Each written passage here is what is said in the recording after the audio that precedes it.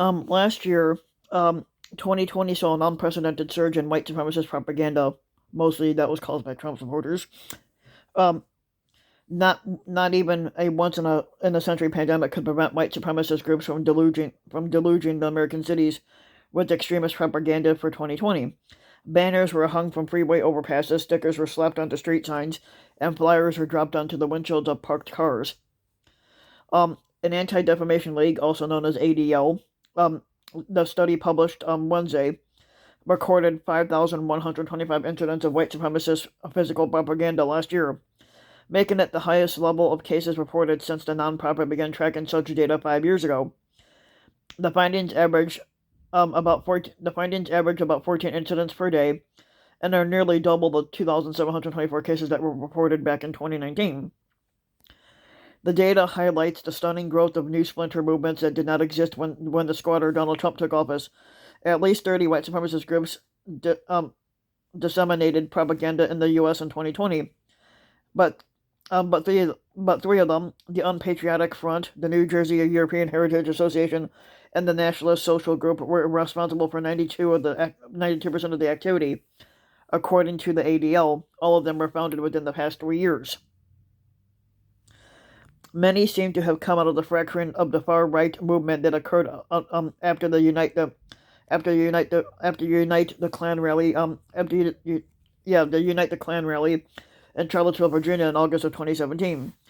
Violent clashes broke out between white nationalists and counter-protesters during the gathering at a park that was once named after the Confederate General Robert E. Lee. Trump came under near-universal criticism for refusing to rebuke the far-right extremists in the wake of the violent demonstration, where a white supremacist rammed his car into a crowd, killing at that time 32-year-old Heather Heyer and injuring at least a dozen others. Oren Siegel, the vice president of the ADL Center on Extremism, tells Time that after the event made global headlines and many of the far-right attendees were identified, distributing the anonymous propaganda became a more appealing tactic, and this is a relatively cheap and easy way for individuals to try to create fear and anxiety in the communities, he says. With the focus on online extremism and recruiting on social media, the platforms in recent years, these unflashy tactics have gone relatively unnoticed, but now, as more white supremacists are being deplatformed and feel persecuted, it's often the safest way to amplify their messages in the real world.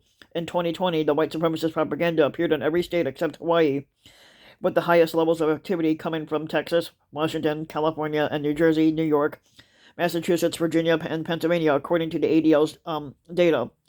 The Unpatriotic Front, which is a Texas-based alt-right group that was responsible for roughly 80% of the attacks that were distributed in 2020, they split from the white supremacist organization Vanguard America in the aftermath of Charlottesville and its propaganda. The group avoids traditional white supremacist symbols and language. Instead, they use more ambiguous language intended to lure people in. America First, which they don't put America first.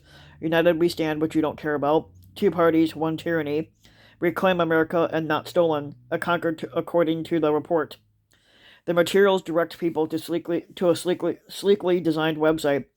Once you enter their website, a video is set to a dramatic music, portrays the group's members as some sort of masquerade freedom fighters, like training, boxing, planting propaganda, and papering over the Black Lives Matter billboards with their own slogans, including "The United States is no longer for America. Now we are at fucking war." It promises the viewer access to a nationwide movement proclaiming the youth has risen and that they're reclaiming America, which they're not. In a Telegram group with more than 7,000 members, the organization posts frequent lists with photos showing where they have placed their propaganda. Thomas Russo, who's a 21-year-old he's a 21-year-old purported leader of the Unpatriotic Front, and he was arrested in Weatherford, a North Texas town, in August after local police alleged that he and two other men placed stickers on county property, according to basically witness reports. Russo was arrested nearly 2 years earlier for a similar crime in the downtown Fort Worth, Texas area.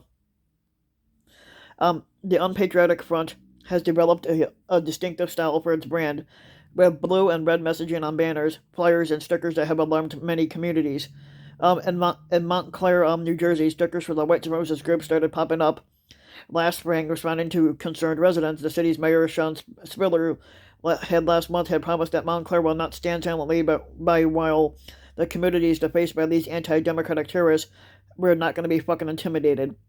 This scene has repeated itself in more than a dozen communities across the country since the January 6th riot, or basically insurrection, according to local news articles with people reporting posters and stickers to authorities and leading to defiant statements from local mayors and police departments. The ADL says that the reports that they compile of propaganda distribution come from a variety of sources, like the police reports, news stories, community tips, and the organization's own investigation team. We're seeing a lot more individuals and white supremacist groups embracing this as a viable way to promote their hatred. Segal says that's why we're seeing the numbers go up. The sharp rise in propaganda incidents came despite the strict lockdowns on the college campuses, which typically serve as a common target for white supremacist efforts. The number of incidents on campuses dropped by more than half to 303, which ADL attributes to COVID-19 restrictions. Even so, the events that did occur caused widespread alarm, like at Xavier University in Cincinnati, Ohio. Stickers with the unpatriotic front slogans and website appeared at the same time that a Black Lives Matter flag was vandalized in January.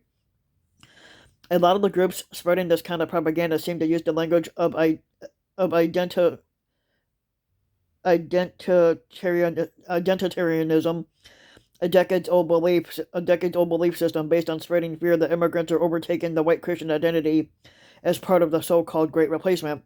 This movement inspired the shooters and the deadly attacks in the Tree of Life Synagogue in Pittsburgh, and the mosques and Christ Church and a Walmart in El Paso, which left dozens dead.